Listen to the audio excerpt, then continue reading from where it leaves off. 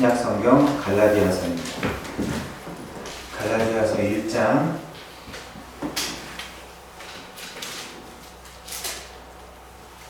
11절부터 보겠습니다. 11절부터 24절까지 같이 교독하겠습니다. 제가 먼저 읽겠습니다.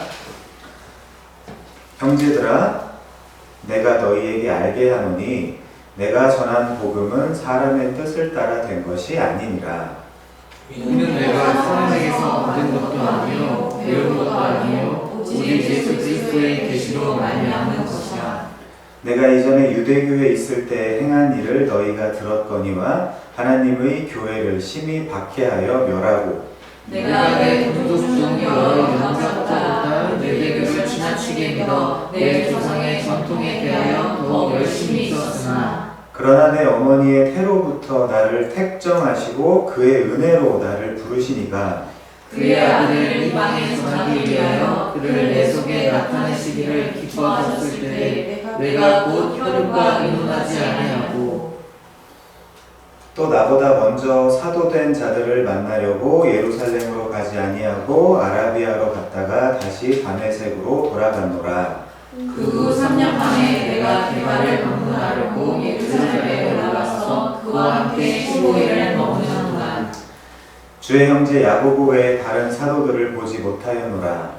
보라, 내가 너희에게 쓰는 것은 하나님 앞에서 거짓말이 아니구나. 그 후에 내가 수리아와 길리기아 지방에 이르렀으나 그리스도 안에 있는 유대의 교회들이 나를 얼굴로는 알지 못하고 다만 우리를 박해하던 자가 전에 멸하려던 그 믿음을 지금 전한다 함을 듣고 나로 말미암아 하나님께 영광을 돌리리라. 아멘. 갈라디아서 강의 네 번째 시간입니다. 첫 시간에는 전체 서론을 다뤘고요. 두 번째 시간은 바울의 사도권에 대해서 공부를 했습니다. 그리고 지난주에는 다른 복음은 없고 오직 하나의 복음만 있다는 것을 좀 깊게 살펴봤습니다. 이제 뭐가 다른 복음인지 좀 명확히 이해를 하셨습니까? 또 무엇이 다른 복음인지 정리가 되셨나요? 갈라디아서에서 말하는 다른 복음은 요즘 우리가 자주 듣게 되는 종교다원주의, 신비주의, 상대주의, 포스트 모더니즘이죠. 실용주의, 과학주의, 혼합주의, 영지주의, 금욕주의, 요즘은 금욕주의가 없습니다. 쾌락주의죠. 그리고 자유주의 등등 이러한 것들이 아니고 뭐죠? 갈라디아서에서 말하는 이단은 율법주의입니다. 율법주의. 그걸 우리가 그 사실을 확인했습니다. 예수를 믿는 믿음 그것 하나만으로는 안 되고 거기다가 율법 준수와 할례 받음을 통해서 구원을 받고 또 그 과정을 충실히 수행해서 구원을 잘 유지하라는 가르침이 바로 갈라디아서에서 말하는 다른 복음이라는 것을 여러분들은 명심하시기 바랍니다. 그런데 이 말을 여러분들 중에는 아직 이게 무슨 말인지 잘 모르실 수도 있어요. 머리로는 이해가 가는데 이 말의 진의를 실제 삶으로 살아내기는 결코 쉽지 않습니다. 물론 성령이 꽉 쥐고 있는 사람에게는 쉬운 일이죠. 바울이 걸었던 것처럼요. 이것은 말하자면 운명 같은 것이기 때문에 그렇습니다. 이런 삶을 살아가며 쏟아내는 모든 행위를 성경에서는 믿음의 행위다라고 하는 겁니다.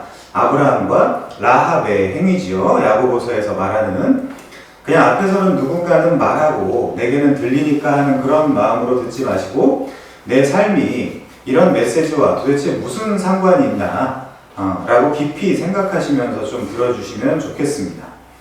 사실 이 진리를 내 삶에 적용하는 것이 진짜 적용이에요. 그리고 그게 진짜 실력입니다. 그런데 우리는 엉뚱한 이야기들을 자기 삶에 적용하면서 말하자면 설교자 개인의 생각들, 개인의 세계관을 그런 것을 자기 삶에 적용하면서 그게 하나님의 뜻이라고 착각하면서 살아갈 수 있어요. 무슨 뭘 이렇게 살아라 저렇게 살아라 성경에도 없는 이야기를 적용이라고 떠들어대면 그중 다수는 듣지도 않고요. 또 몇몇은 그걸 메모했다가 그렇게 살아보겠다고 사실 예배당 문 박차고 나가면 전부 다 휘발될 그런 내용들을 아니 그렇잖아요. 요즘 설교자들이 얘기하는 걸 누가 집에 가서 지키는 사람이 있습니까? 그러니 부탁드리건대 이왕 우리 교회에서 갈라디아서 강해를 시작한 이상 이게 진짜 무슨 내용일까? 이게 나랑 진짜 무슨 관련이 있을까를 좀 진지하게 생각하면서 들어주시면 좋겠습니다. 그리고 또 돌아가셔서 제가 생각하기에 성경의 기본 중에 기본, 그리고 기초 중에 기초, 이 바울의 초기 서신이거든요. 그거를 언제라도 혼자 보면서 이해할 수 있고, 또 이 갈라디아서를 가지고 이 책을 친구들하고 펴놓고 언제라도 복음을 전할 수 있는 정도의 좀 수준 있는 그런 실력자들이 되시기를 바랍니다. 안 그러면 여러분들은 또 설교하는 사람한테 종속되게 되어 있어요. 설교하는 사람 없으면 그럼 신앙생활 안 하시렵니까? 말이 안 되잖아요. 교회 얼마나 다니셨습니까? 그런데 갈라디아서를 혼자 못 읽으시니까 꼭 누군가가 설명하고 설교해줘야만 알아듣나요? 지금이 중세시대입니까? 교회를 수십 년 다녔는데 갈라디아서가 도무지 무슨 서신인지 무슨 말하는 건지를 도무지 모르겠습니까? 정상이 아니란 말이에요. 제가 느끼기에 현대 교회에는 암묵적인 이상한 법칙이 있습니다. 그게 뭘까요? 교회는 쉬워야 된다. 그리고 교회는 재밌어야 된다. 쓰레기 같은 소리죠. 도대체 누가 만들어 놓은 건지 모르겠지만 너도 나도 그거 따라가다가 잠깐 앉아서 둘러보니까 대부분 바보들만 남아있어요. 교회에. 물론 바보가 아닌 사람들도 있습니다. 이렇게 말해야 난 바보가 아니구나. 그런 여백을 좀 만들어줘야 화를 안 내요. 그 여백이 전혀 없으면 공격당합니다. 거기서 화내는 사람 바보일 거 아닙니까? 그러니까 여러분 함부로 그렇게 화내지 마십시오. 아무튼 현대교회는 이런저런 면에서 전혀 매력적으로 보이지 않습니다. 성경은 주기적으로 힘써서 알아라. 지식도 새롭게 함을 받아라. 아직도 고기를 못 먹고, 이거 딱딱한 말씀을 말하는 거예요. 아직도 고기를 못 먹고 젖이나 먹는 자가 되었느냐? 이렇게 묻습니다. 히브리서 기자는 심지어 여러분에게 비꼬는 거 압니까? 이렇게 비꼬요. 멜기세덱에 대해서 좀 알려줄게. 아, 니들 못 알아듣지? 그럼 말자. 그 히브리서에 써있어요. 근데 아무도 기분 나빠하지 않아요. 멜기세덱을 얘기해 주려고 하다가 말았던 히브리서 기자에게. 자, 그래서 히브리서 기자의 이 비꼼조차도 무한하게 혹은 무색하게 만드는 현대 교인들이 참 대단하다는 생각이 듭니다. 멜기세덱이 먹는 건가 이러고 있어요. 아니 무슨 하나님의 백성들이라는 사람들이 하나님이 주신 사랑의 편지를 궁금해하지 않는다는 게 정상은 아니잖아요. 그러니 인간적으로 좀 똑똑하다고 하면 누가 현대교회에 나오고 싶어 하겠습니까? 교회 나와서 질문이라도 하면 야, 질문은 중요한 게 아니야. 그냥 꽝꽝 믿어라고 하는데 누가 나오고 싶어 하겠냐고요. 저는 가나안 성도, 안나가 성도가 무려 200만 명을 넘어섰다라는 기사를 본 적이 있습니다. 이게 코로나 사태 전에 본 기사예요. 아마 앞으로 더 늘어나겠죠. 그런데 이들 대부분이 교회 안 나가는 이유를 압도적으로 목사가 하는 설교 때문에 못 나가겠다라고 밝혔다고 합니다. 요즘 목사 이미지가 정말 최악이잖아요. 교회 기사의 대부분은 어쨌든 목사들에 대한 이야기입니다. 그래도 제가 안 믿던 어린 시절에는 교회들이 어디 어려운 데다 선행을 했네 이런 기사들이 그래도 많았던 것 같은데 또 여기서도 좋은 목사님들이 좀 계시다고 해야 욕을 안 먹겠죠. 거기에 이제 손구멍을 좀 만들어드려야 물론 사실이기도 합니다. 근데 이분들이 보니까 후배들한테만 화내. 그리고 후배들한테만 화낼 수밖에 없는 구조예요. 밖에 있는 사람들한테 뭐라고 하겠어요? 아니면 교인들한테 뭐라고 하겠어요? 붙잡고 아무 힘 없는 부교육자들만 혼내는 그런 참 웃기는 세상입니다. 제가 아는 사람은 요즘 목사하면 그냥 다 사기꾼 같대요. 어쩜 저렇게 뻔히 보이는 거짓말을 눈 하나 깜짝 안 하고 할 수 있냐고? 어떻게 이렇게까지 되었는지 좀 서글프기도 합니다. 아무튼 제가 가끔씩 깊이 생각하는 성구가 하나 있어요. 마태복음 23장 15절인데요. 보세요. 당시 유대인들의 대표라고 할 수 있는 서기관들과 바리새인들을 예수께서 꾸짖는 내용이 실려 있는 성구입니다. 여기에는 갈라디아서의 저자인 바울에게도 해당되는 내용이 있어요. 누가식으로는 바울이 사울이었을 때의 이야기겠죠. 화있을진저 외식하는 바리새인과 서기관들이여, 너희는 교인 한 사람을 얻기 위하여 바다와 육지를 두루 다니다가 생기면 열심히 전도한다는 이야기예요. 이게 너희보다 근데 배나 더 지옥 자식이 되게 하는도다라는 구절입니다. 죽게 전도해서, 사실 전도도 아니죠, 죽게 교인으로 끌고 와서 배나 더 지옥 자식을 만든대요. 율법을 신봉하는 서기관과 바리새인들이, 그리고 사울이. 우리 시대의 교회를 생각하면 그렇습니다. 이런저런 방식으로 교회 안에 새로운 신자가 들어옵니다. 끌고 들어오든 데리고 들어오든 또 이런저런 방식으로 그는 교회 생활에 물들어 가지요. 그래서 어렵게 교인 한 사람이 생기면 보통 뭘 합니까? 새가족부에 소속을 시킵니다. 거의 반강제죠. 이때 여러 심리학적 스킬을 사용해요. 새가족부의 회의는 대부분 이걸 어떻게 새 신자에게 스무스하게 적용시킬 수 있을까 하는 것들입니다. 그들을 거기에 밀어넣습니다. 분위기와 익숙하고 현란한 접대의 스킬에 넘어가서 어리둥절하며 새 신자는 보통 새가족부에 가서 몇 주간을 거기 담당자들과 대면하게 됩니다. 그런데 보통 새가족부에서는 뭘 하죠? 물론 그래도 성경을 어떻게든 알려주고 싶어하는 교회들이 있습니다. 그게 물론 교회의 목적이잖아요. 과장이 아니라 어떻게든 성경을 알려주려고 하는 교회들이 있어요. 당연하죠. 이게 놀랄 일이 아니라. 그런데 대부분은 성경을 알려주거나 복음이 뭔지를 알려주려 하지 않고 자기들 교회와 그 교회 생활을 어떻게 하는지를 알려줍니다. 담임 목사님 이름부터 외우라 그러더라고요. 자기 교회 소개보다 급한 거는 뭐예요? 하나님 소개예요. 하나님 소개. 예수 소개입니다. 근데 자기 교회를 알려줘요. 붙잡아 두겠다고. 우리 교회 매력 포인트는 이렇고요, 저렇고요, 다른 교회에 비해서 이제 이런 것들이 있고요, 저런 것들이 있고, 관계가 좋고, 성가대에 팀파니도 있고, 이런 거 얘기하고 있어요. 새가족부에 가면. 사실 새가족부를 담당하고 있는 사람들도 복음을 잘 모릅니다. 복음을 아는 사람들은 그런 거 하지 않아요. 사실 잘 생각해 보십시오. 저도 무려 제도권에서 부교육자를 7년여간 했습니다. 사실 6년 반이죠. 6년 반. 난 훈장 나갔다고 생각해요. 이 시간 동안 교인들이 빠삭하게 복음을 알고 있는 경우를 단 한 번도 못 봤습니다. 그래서 문제 제기를 하고 체계적으로 말씀이나 복음에 대해서 가르치려고 하면 즉각 교회에 반발을 삽니다.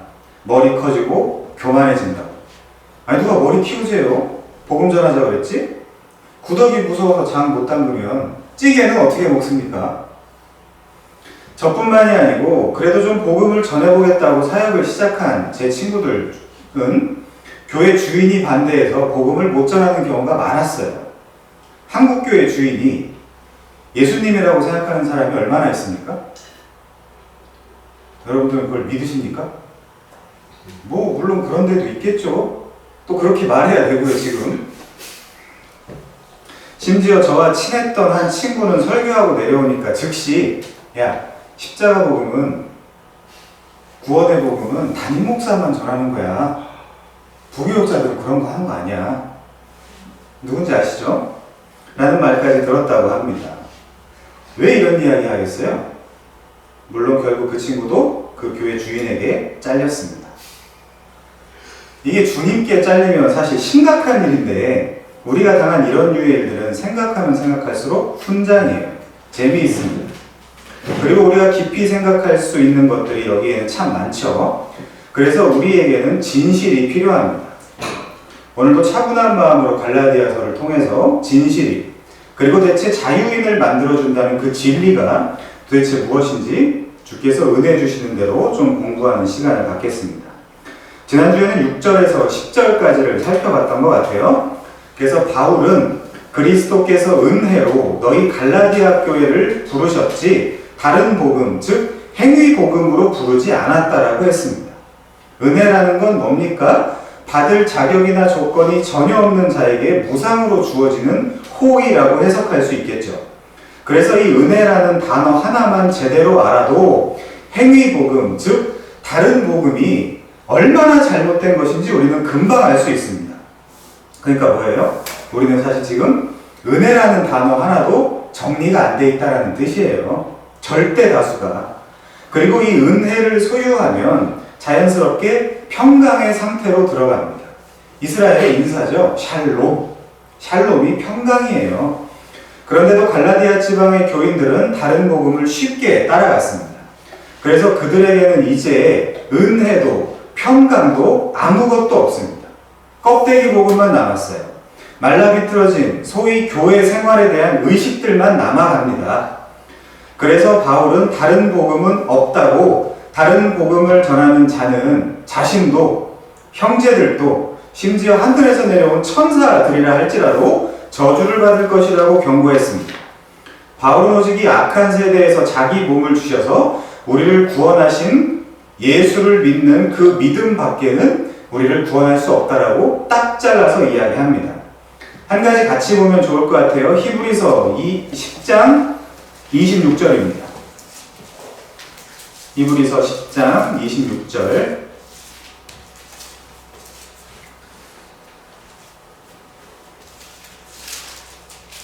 잘 생각하시면서 읽으시면 좋겠습니다. 우리가 진리를 아는 지식을 받은 후 짐짓 죄를 범한 즉, 이 죄가 뭘까요? 다시 속죄하는 제사가 없고 오직 무서운 마음으로 심판을 기다리는 것과 대적하는 자를 태울 맹렬한 불만이 있으리라.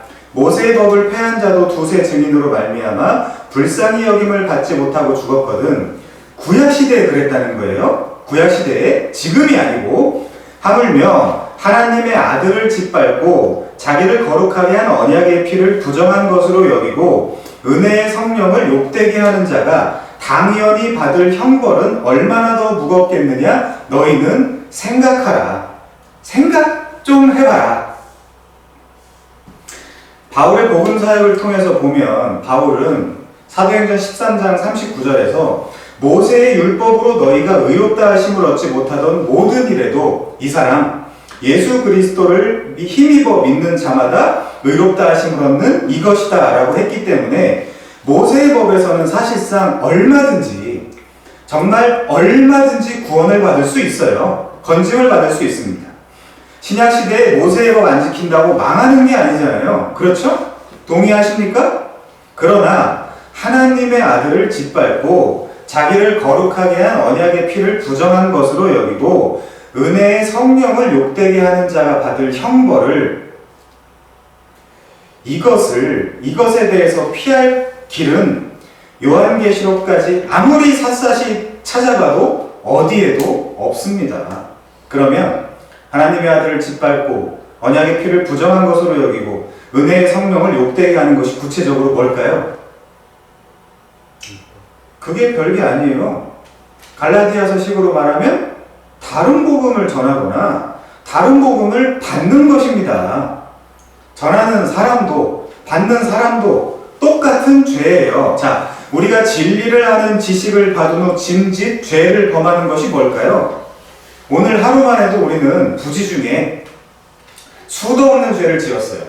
그 셀 수도 없는 많은 죄의 열매들을 말하는 걸까요? 그건 아닐 거 아닙니까? 그 논리라면 세상에 구원받을 사람이 누가 있을까요? 이것은 진리에게서, 은혜의 자리에서, 즉 예수에게서 돌아선 것을 설명하는 것입니다. 누구처럼요? 마치 갈라디아 사람들처럼. 36절도요.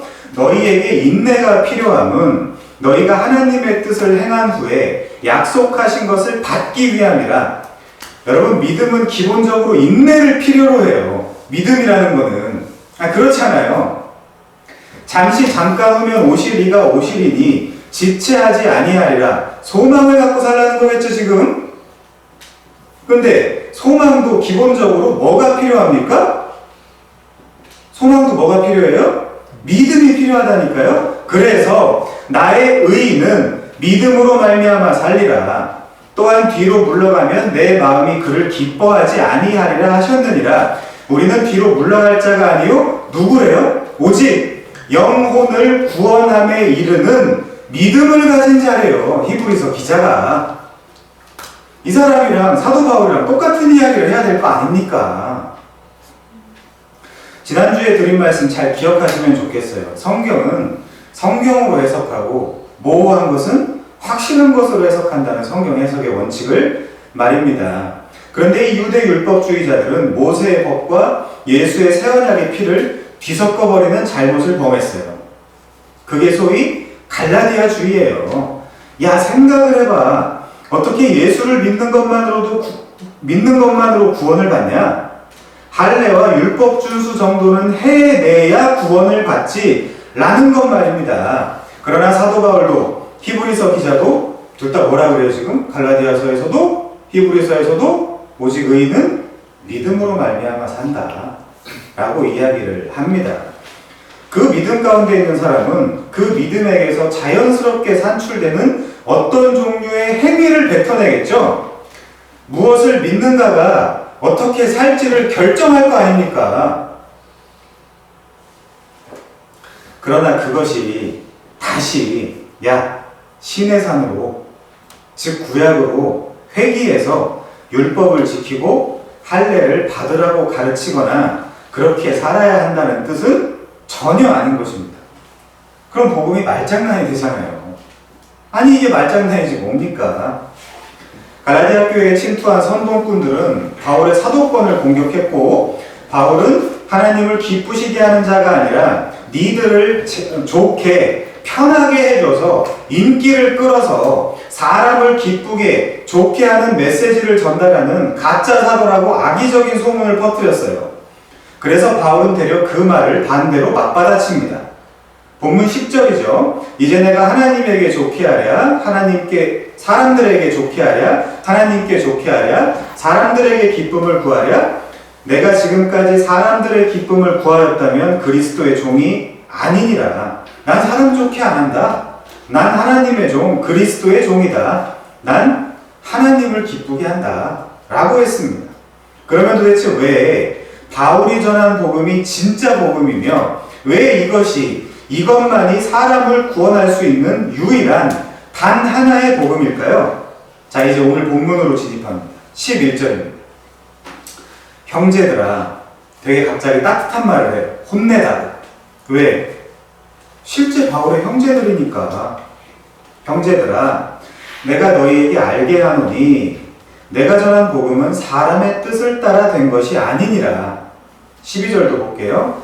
이는 내가 사람에게서 받은 것도 아니요 배운 것도 아니요 오직 예수 그리스도의 계시로 말미암은 것이라. 요즘 예수 그리스도의 계시를 문교부를 끼고 신학교에서 받는다라고 착각하는 사람들이 있어요. 그래서 졸업하고는 성경을 안 보는 사람들이 있습니다. 성령이 조명해 주길 바라는 그 기도도 안 해요. 주석만 봐. 남이 다 해놓은 거. 학교는 기본적으로 공부하는 법과 이론을 가르치는 곳이지 진리를 주는 곳은 아니에요. 교집합되는 내용이 있을 수 있지만, 그러나 우리 지금 시대에도 우리가 어디 가서 배워야 됩니까? 하나님께 가서 배워야죠. 그 태도를 우린 견지해야 돼요. 사람한테 배우는 게 아니란 말이에요. 하나님께 배우는 거예요. 물론 우리는 새로운 계시를 받지는 않죠. 신학적으로 이미 우리에게 주어진 계시에 대한 조명을 받는 겁니다. 조명을. 이것을 부정하는 학자가 있다면 그는 정상적인 신학자가 아니에요. 인문학자는 할 수 있겠죠. 인문학자는. 아무튼 주경학자들은 이 성구를 바울 복음의 기원이라고 별명을 붙입니다. 바울 복음의 기원이 어디로부터 왔습니까? 11절, 12절을 좀 주의 깊게 봐주세요. 11절, 12절은 가만히 들여다보면 세 가지의 부정 표현이 나오고 한 가지의 긍정 표현이 나옵니다. 부정 표현 세 가지는 바로 이겁니다. 첫 번째, 11절, 이건 사람의 뜻이 아니다. 두 번째, 12절, 사람에게서 받은 것도 아니다. 마지막으로, 사람에게서 배운 것도 아니다. 사도 바울을 포함해서 12사도들이 배짱 좋게 예수의 주와 그리스도 되심을 전하고 또 그의 죽음과 또 부활을 그토록 강력하게 선포할 수 있었던 이유가 무엇입니까? 그때는 지금같이 평화로운 시대가 아니란 말이에요. 그때는 실제 끌려가서 사자밥으로도 죽고 매 맞아 죽고 돌 맞아 죽고 칼 맞아 죽던 시대였습니다. 복음 전하다가요. 당시 그리스도인들은 언제 죽을지 모르는 사람들이었어요. 잠깐 적용 좀 해볼까요? 저는 적용 위주의 설교자라서. 그러니까 여러분들도 복음 좀 전하세요. 아니 누가 뭐라고 해서 겁납니까? 쪽팔리세요? 내 인격이 다칠까봐? 아니 그럼 우리는 1세기 그리스도인들에 비해서 뭐죠? 우리는 그럼? 저 사람들은 하고 우리는 안 해도 되는 겁니까? 말이 안 되잖아요. 적용 끝. 자, 바울이 바빠서 바울이 전한 복음의 출처가 도무지 사람하고는 아무런 상관이 없는 신적 기원을 갖고 있기 때문에 바울을 포함한 사도들이 목숨 걸고 전도 사역을 감당한 것입니다. 그래서 이 시대에 전도 안 하면 가짜 신자라니까요? 아니 여기 데려오라는 게 아니고 계속해서 강조했고 강조할 것이지만은 여러분들이 실제 복음 전할 수 있는 그런 능력자가 되시라고요. 실력자가. 여기 안 데리고 와도 돼요.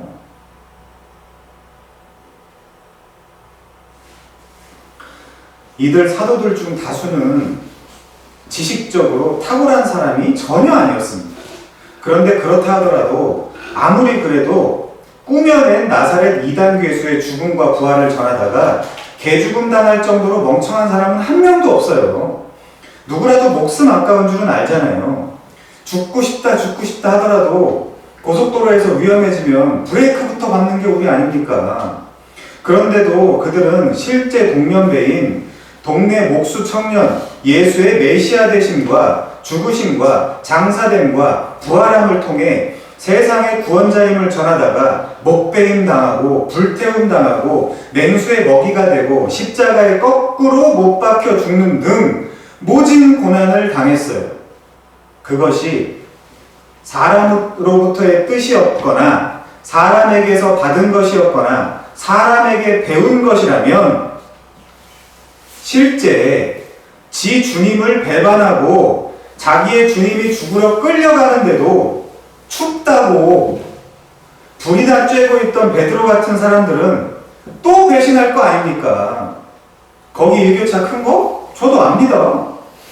그렇다고 그 고대 근동이 추우면 얼마나 춥다고 3년이나 따라다녔던 자기 주님이 죽으러 끌려가는데 불을 쬐고 있나요? 이게 인간이라니까요? 약간 ENFP 같긴 한데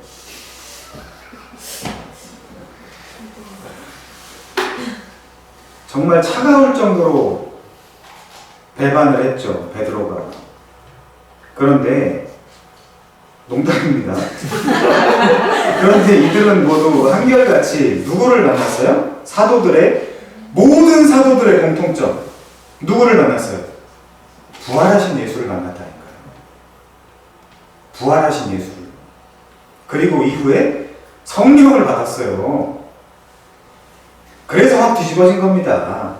바울도 마찬가지예요. 그도 씩씩거리고 위협과 살기가 등등한 채로 예수의 제자들을 잡으러 다메섹 도상을 걷던 중에 갑자기 치고 또 밀고 들어오시는 주님의 강력한 손길을 피할 수가 없었어요. 그래서 12절에서는 이는 오직 예수 그리스도의 계시로 말문 것이다 라고 못 받고 있습니다. 사람의 뜻, 사람에게 받은 것, 사람에게 배운 것이 아니다. 내가 원치도 생각하지도 않았는데 예수께서 밀고 들어오신 것이다 라는 겁니다. 너무나 많은 학문을 가진 바울이 미쳐서 상상해내거나 고안해낸 것도 아니고 또 먼저 된 예루살렘의 권위 있고 유명한 다른 사도들에게 배운 것도 아니란 거예요. 안다리 바깥다리로 직접 자신을 치시는 부활하신 예수를 바울은 막을 수 없었습니다. 바울은 예수 그리스도께 받은 복음을 여러 곳에서 자신의 복음이다, 나의 복음이다 라고 표현해요. 이는 그가 만들어서 그렇다기보다 사도로서 독특하게 그에게 계시되었고 그 복음과 완전히 하나가 되었기 때문에 자신의 복음이다라고 하는 것입니다. 그러면 예수 그리스도의 계시라는 것은 구체적으로 무엇일까요? 구약의 깔라, 계시예요. 신약의 아포칼립시스는 베일에 쌓인 것을 벗기다, 수건이나 너울을 벗기다라는 뜻이거든요. 수건 벗긴다는 건 뭐가 떠오르는 사람들도 있을 텐데 이게 무슨 말일까요? 요즘 소위 계시하면서 무슨 무당 푸닥거리 하듯이 미래의 배우자를 찾거나 학교나 직장 등을 구하는 것에 있어서 이 계시 문제를 끌고 들어오는 사람들이 있는데 과연 그럴까요? 거기다 과연 써도 되는 표현일까요, 이게? 동쪽으로 가면 귀인을 만납니까?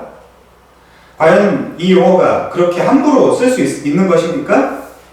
그런 미래의 현실적인 문제를 해결하고자 전보는 식의 계시는 성경에 단 한 건도 사용되지 않았습니다. 전부 구속사의 이야기들이지요. 그러면 예수 그리스도가 복음을 계시한 주체로서 예수 그리스도로부터 계시를 받았다는 뜻일까요?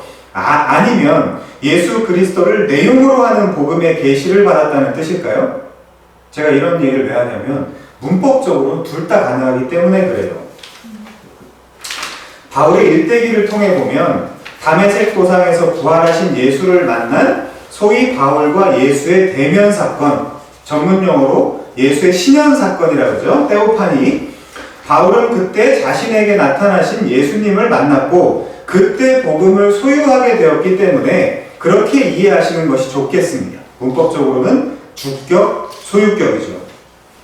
또 같이 볼게요. 생각하면서 골로새서 1장 25절입니다. 바울의 사명이며 당연히 연속선상에서 우리의 사명이기도 합니다. 골로새서 1장 25절부터 29절까지 자, 생각하면서 읽어주십시오. 감추어졌던 덮개 안에 뭐가 있었는지 좀 열어봅시다. 내가 교회의 일꾼이 된 것은 바울이 하는 얘기예요. 하나님이 너희를 위하여 내게 주신 직분을 따라서 사도, 우리는 성도, 하나님의 말씀을 이루려 함이니라. 이 비밀은 감추어졌던 것이죠. 만세와 만대로부터 감추어졌던 것인데 이제는 그의 성도들에게 나타났고 하나님이 그들로 하여금 이 비밀의 영광이 이방인 가운데 얼마나 풍성한지를 알게 하려 하심이라. 법이나 율법이 아니라 넘치도록 풍성한 은혜예요. 당시 이방인들은 율법이 뭔지도 모른다니까요. 이걸 우리가 꼭 기억해야 돼요. 당시 유대인들은 당시 이방인들은 율법이 뭔지도 몰라요. 아니, 글도 잘 몰랐던 사람들이 부지기수인데 헬라인들 말고 그 성경에 뭐라고 표현되어 있죠? 야만인들이라는 사람들은 글도 잘 몰랐단 말입니다. 이 비밀은 너희 안에 계신 그리스도시니 곧 영광의 소망이니라. 소망은 믿음이 있어야 된다 그랬죠? 갈라디아서 1장 5절도 영광이 그에게 있기를 원하잖아요. 우리가 그를 전파하여 각 사람을 권하고 모든 지혜로 각 사람을 가르침은 각 사람을 그리스도 안에서 완전한 자로 세우려 함이니 이를 위하여 나도 내 속에서 능력으로 역사하시는 이의 역사를 따라 힘을 다하여 수고하노라. 바로 이겁니다. 바울은 자신이 부캐로 기가 막히게 만들어낼 수 있는 텐트를 여기저기에다 만들어 놓고 펼쳐놓은 다음에 새 생명 축제를 하지 않았어요. 오직 만세와 만대로부터 감춰졌던 비밀, 뭐죠? 니들 안에 계신 그리스도, 그걸 전했단 말이에요. 근데 프로그램으로서의 새 생명 축제는 눈 감고도 척척 기획하고 준비하고 진행하는데 복음 한마디를 못 전해요. 현대교회가. 아니, 이런 건 적용 아닌가? 웃기죠? 뭐 어떻게 살아라 이렇게 살아라만 적용인가?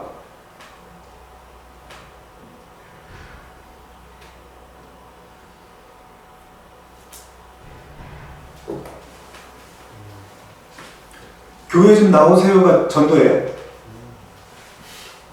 뭔 그런 놈의 전도가 다 있어요?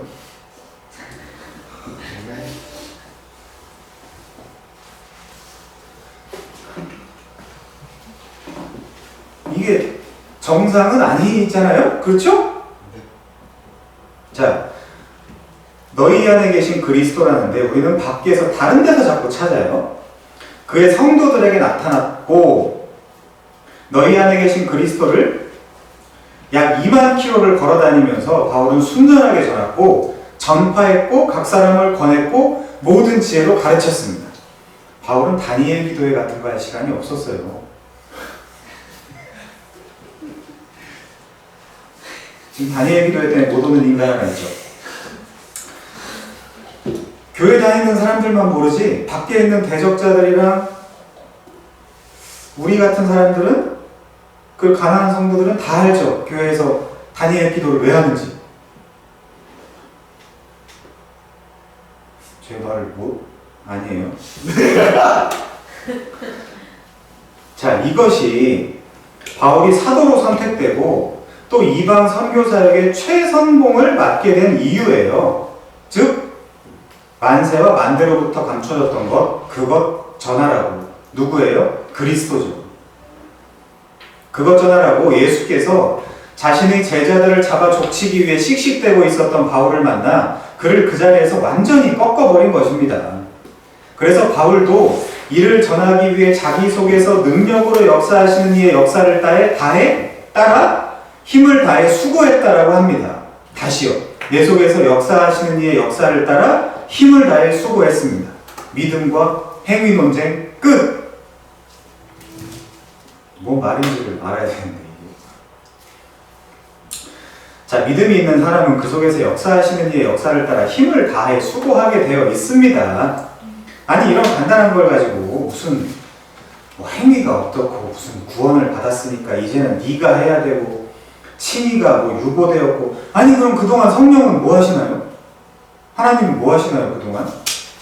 예수님은 중보기도 하고 계신다는데 지금도 하나님 우편에서 뭐 하고 계시나요? 힘이 없나요? 예수님의 기도는 응답이 안 됩니까? 아니 그렇잖아요. 세상 종교도 하늘은 돕는 자를 돕는다고 합디다.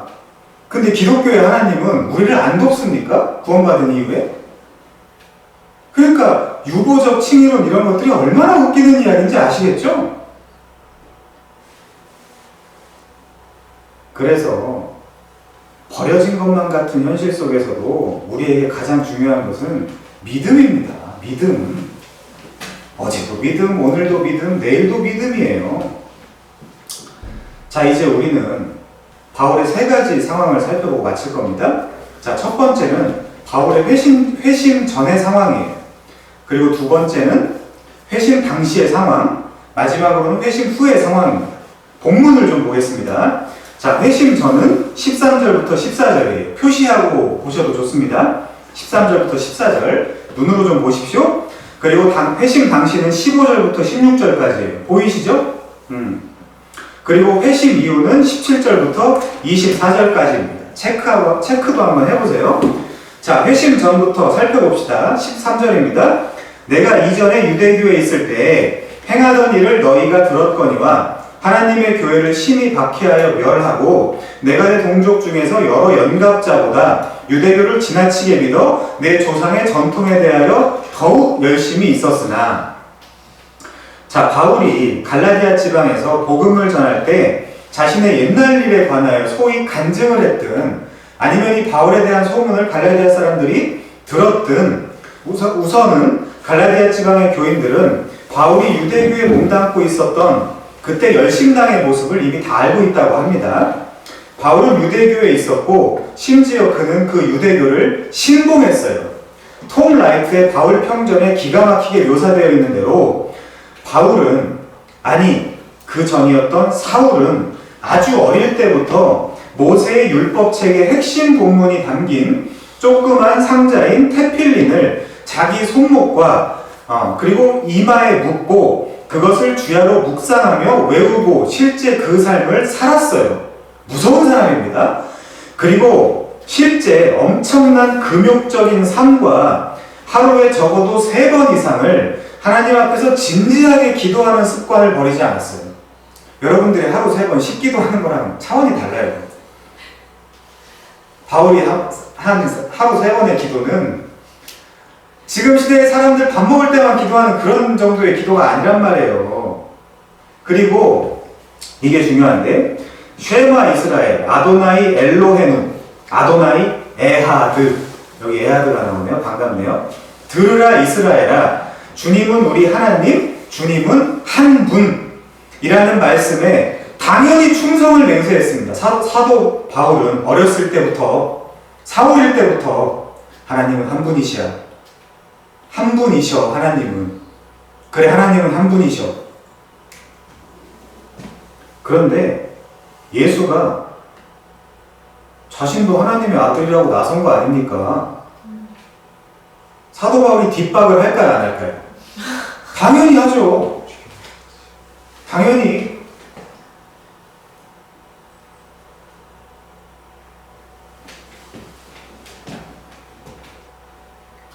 거기다가 사울은 당연히 비느하스의 이야기를 알고 있습니다.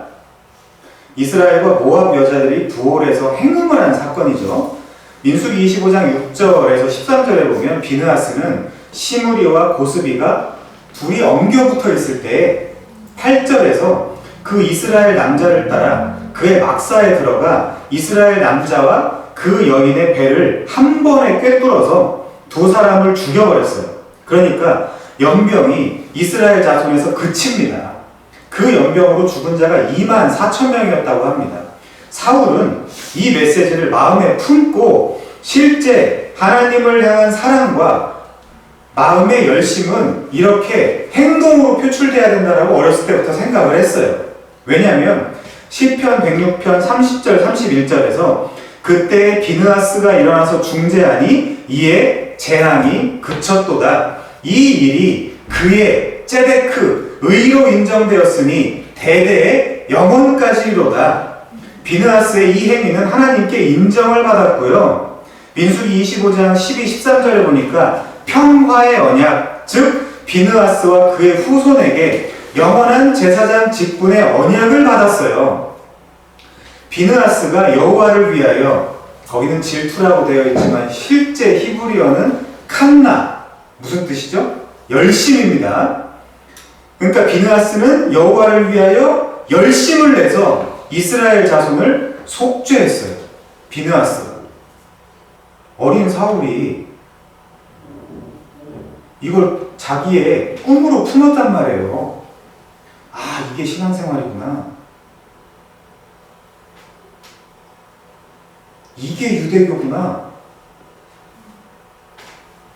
자, 사울의 스승이었던 가말리엘은 힐렐 학파로서 온건한 입장입니다. 사도행전 5장에 보면 복음을 전하는 사도들을 보고 당시 종교 지도자들이었던 대제사장과 사두개인들과 공회와 이스라엘 족속과 원로들과 성전 맡은 자들과 나머지 제사장들이, 그러니까 전체 종교 지도자들이 베드로와 다른 사도들이 니들이 나무에 달아 죽인 예수를 우리 조상의 하나님이 살리시고 이스라엘에게 회개함과 죄사함을 주시려고 그를 오른손으로 높이사 임금과 구주로 삼으셨느니라 라고 선포를 하자 이 모든 종교 지도자들이 크게 노하여 그들 사도들을 전부 다 죽이려고 했습니다. 그런데 가말리엘은 사도행전 5장 38절에서 얘들아, 이 사상과 이 소행이 사람으로부터 났으면 무너질 것이요 만일 하나님께로부터 났으면 너희가 그들을 무너뜨릴 수 없겠고 도리어 하나님을 대적하는 자가 될까 하노라 라고 하고 좀 참아봐.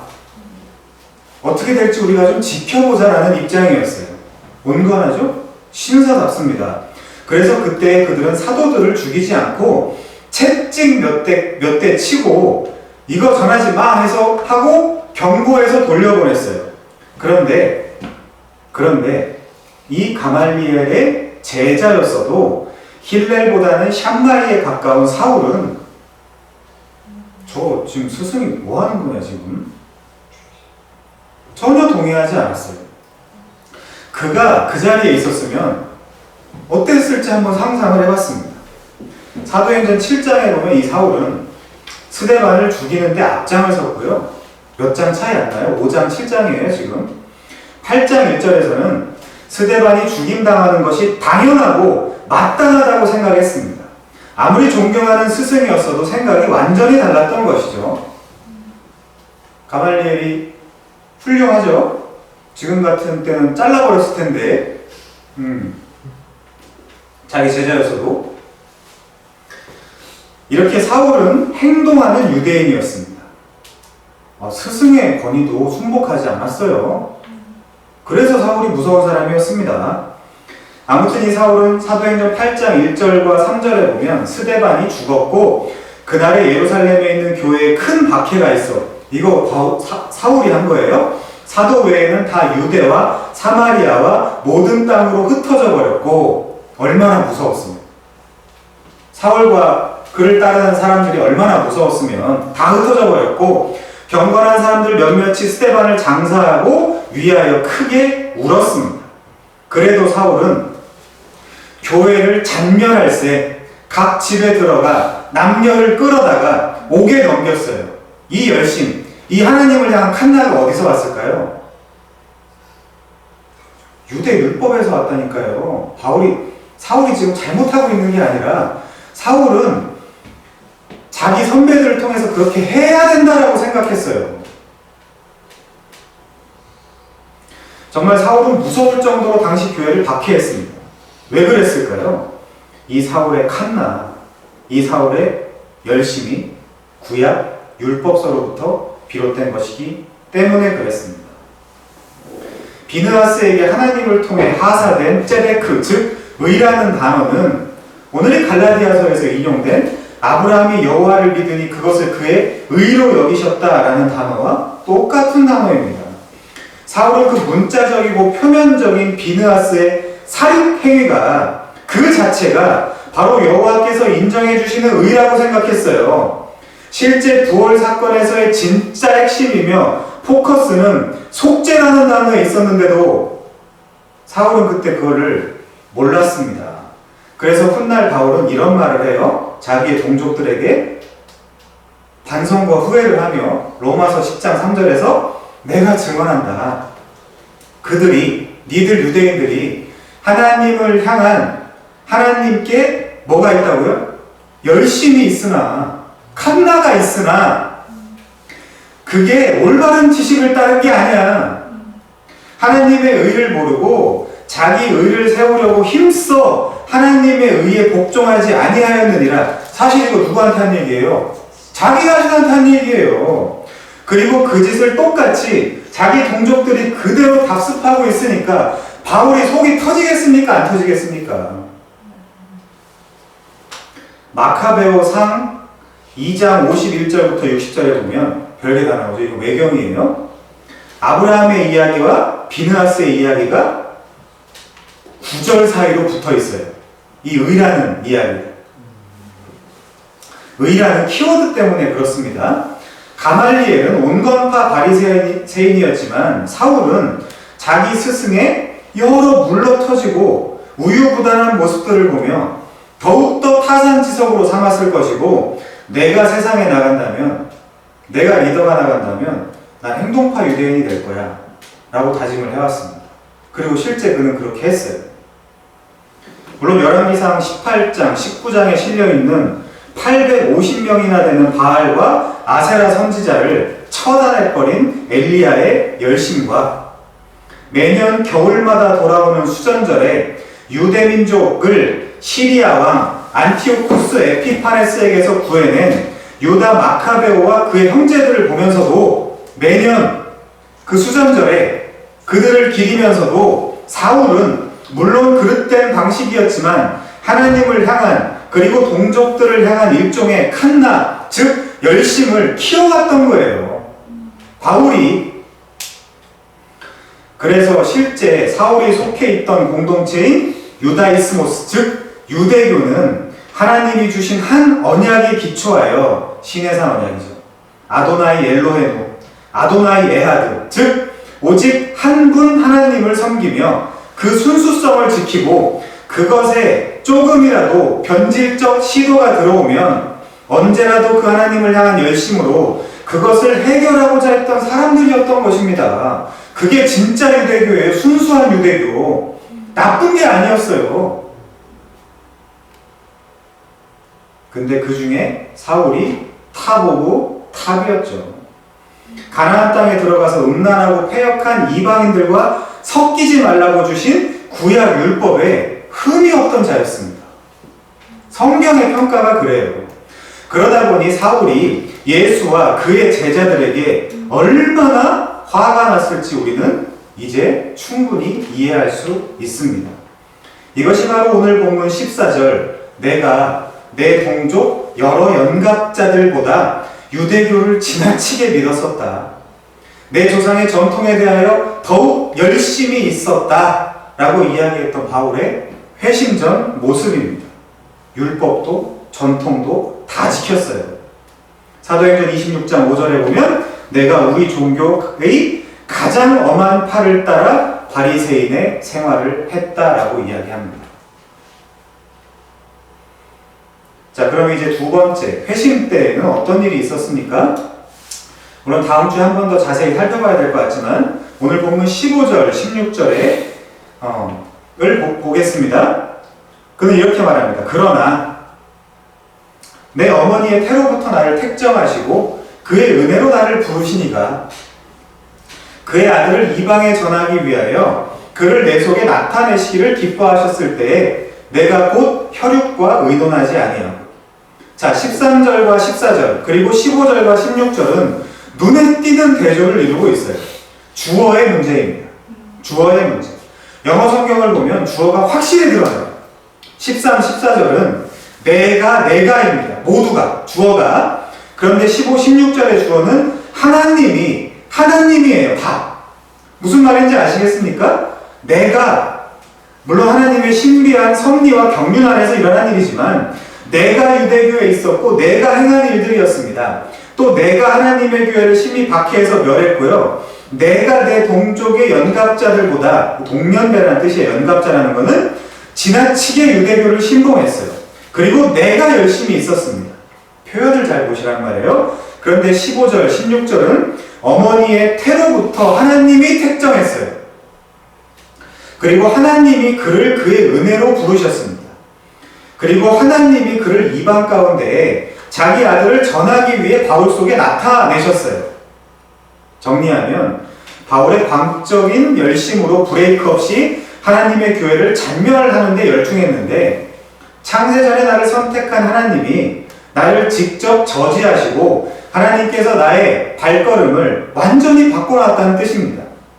이것은 바울이 태어나기 전, 즉 어머니의 태로부터 택정된 일이었어요. 아니죠. 다른 레퍼런스들과 함께 보면 창세전에 이미 하나님의 계획 안에 있었던 일입니다. 태어나기 전부터 선택받았던 야곱처럼요. 로마서 9장. 그리고 이사야처럼요. 이사야 49장. 그리고 예레미야처럼. 예레미야 1장.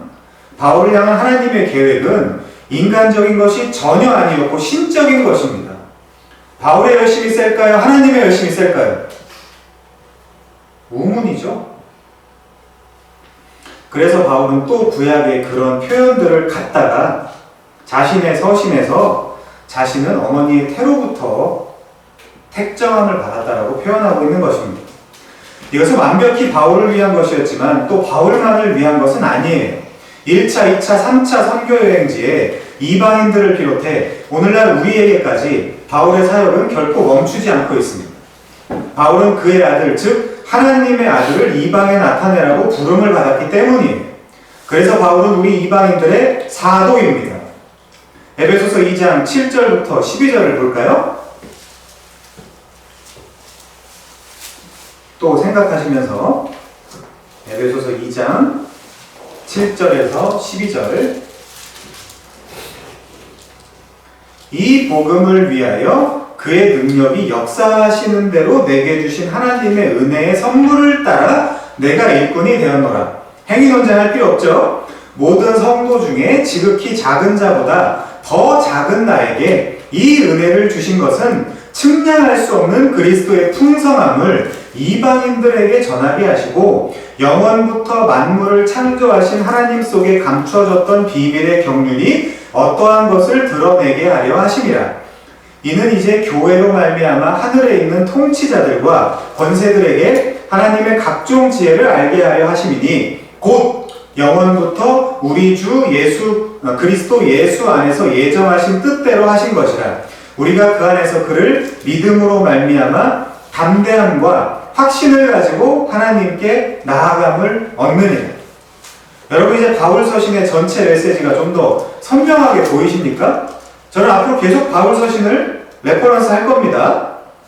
바로 이거예요. 바울은 이것을 위해서 회심을 한 것입니다. 나중에 다른 각도로 한 번 더 살펴보겠습니다. 자, 그럼 이제 마지막으로 회심 이유를 살펴보고 마치겠습니다. 본문 16절부터 24절까지입니다. 16절 끝에는 분명 내가 혈육과 의논하지 않았다라고 합니다. 그리스도께서 다메섹 도상에서 직접 찾아오셔서 주신 그 귀한 사명을 혈육과 의논할 이유가 있을까요? 없죠. 여러분도 마찬가지일 거 아닙니까? 아니, 하나님이 직접 주신 사명과 그런 사역을 혈육과 의논합니까? 그렇지 않습니다. 혈육도 하나님을 위해 있는 거예요. 그리고 17절에 보면 그는 나보다 먼저 사도된 자들을 만나려고 예루살렘으로 가지 않았다.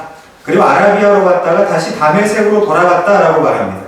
일부러 지금 그렇게 했다라고 표현하는 거예요. 바울은 부활하신 그리스도를 만나고 다메섹에서 말씀을 전하면서 거기에 머물렀어요. 그리고 그 직후 그는 아라비아로 갔습니다. 그리고 그는 거기서 약 3년간을 머물게 됩니다. 물론 이곳은 시내산이 멀지 않은 곳이에요. 자, 갈라디아 4장 25절에 한번 볼까요? 갈라디아 4장 25절. 이 하갈은 아라비아에 있는 시내산으로서 이렇게 나오죠? 그러니까 이 아라비아에 뭐가 있는 거예요? 시내산이 있는 거예요. 왜 바울이 시내산에 있었을까요? 상상해 보십시오. 이거는 성경에 안 나왔기 때문에 우리가 상상으로 생각해야 돼요. 왜 바울이 시내산에 갔을까?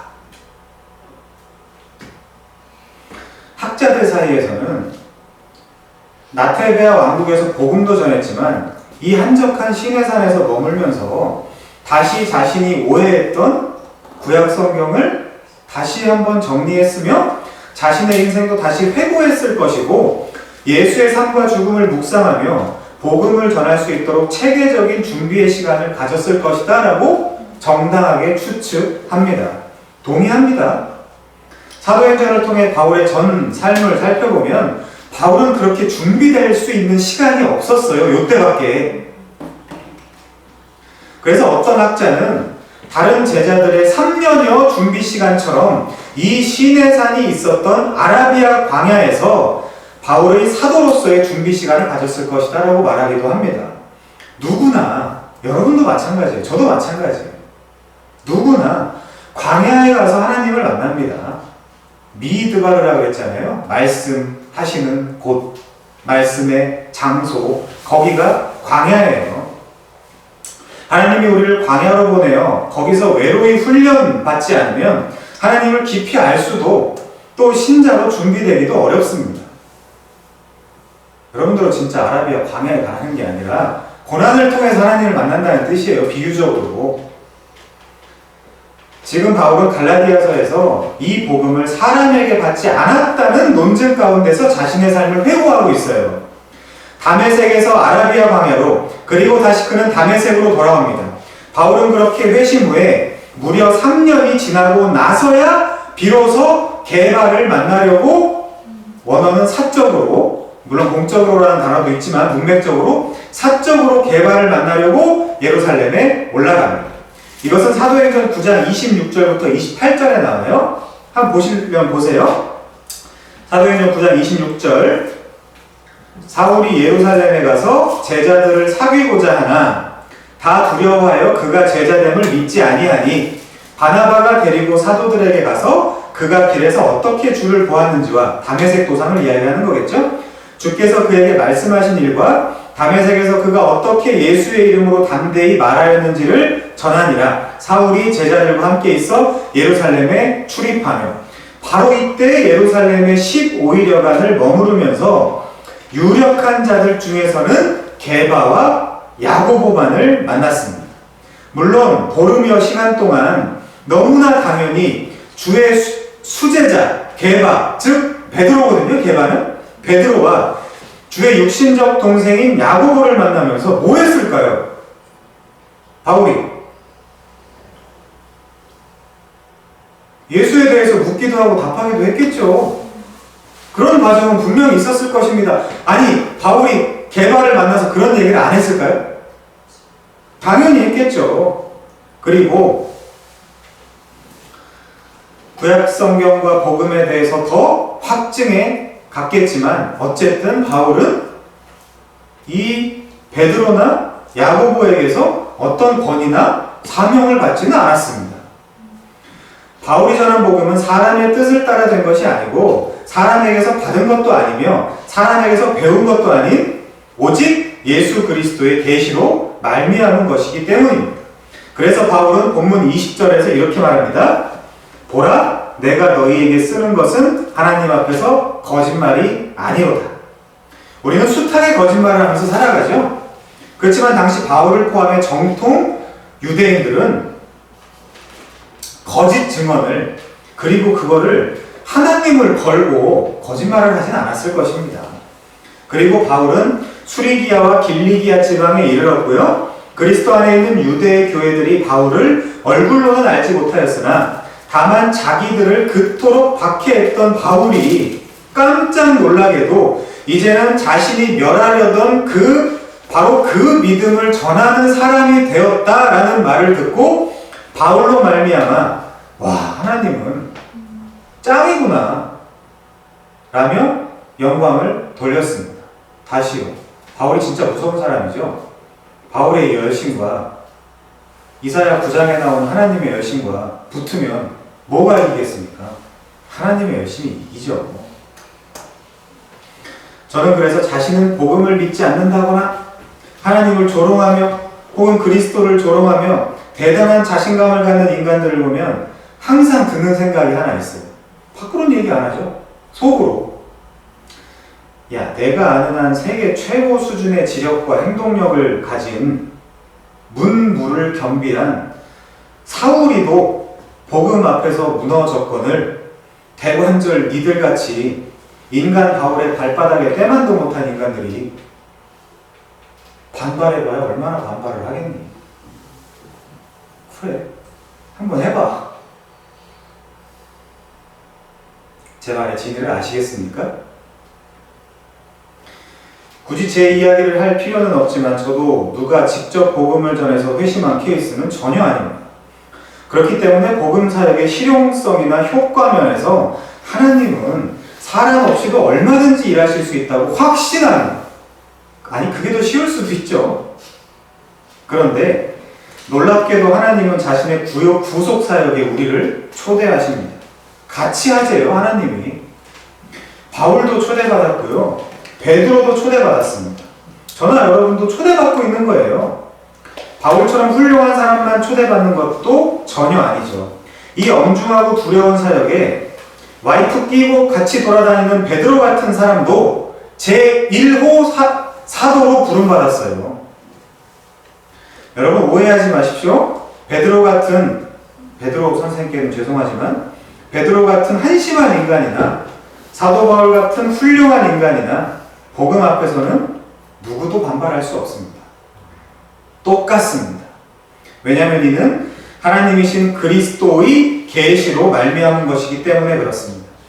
주변에 아직 예수를 믿지 않는 사랑하는 사람이 있습니까? 괜찮습니다. 여러분이 걱정하는 것보다 하나님의 걱정이 더 클 거예요. 하나님이 하시면 됩니다. 고집 부리고 지잘났다라고 이 복음 앞에 반발하는 사람이 있습니까? 헛웃음만 나옵니다. 귀엽습니다. 귀여워요. 늙어가고 아파가고 죽어가는 인간은 사실 아무것도 아닙니다. 들의 꽃과 안개 같은 존재예요. 그러나 하나님이 그런 타다감한 장작 같은 존재에게 의미를 부여해서 야, 이제 내 앞으로 나오라 라고 하시면 누구든지 잡고 있던 밥숟가락 놓고 나가게 되어 있습니다. 바울을 보고 그리스도 안에 유대의 교회들은 하나님께 영광을 돌렸어요. 우리도 이 모든 복음 사역은 내가 하거나 혹은 내가 받는다라는 그런 착각을 버리고 오직 하나님이 하신다는 믿음으로 우리의 인생의 세계관도 바르게 바뀌어가면 좋겠습니다. 기도하겠습니다.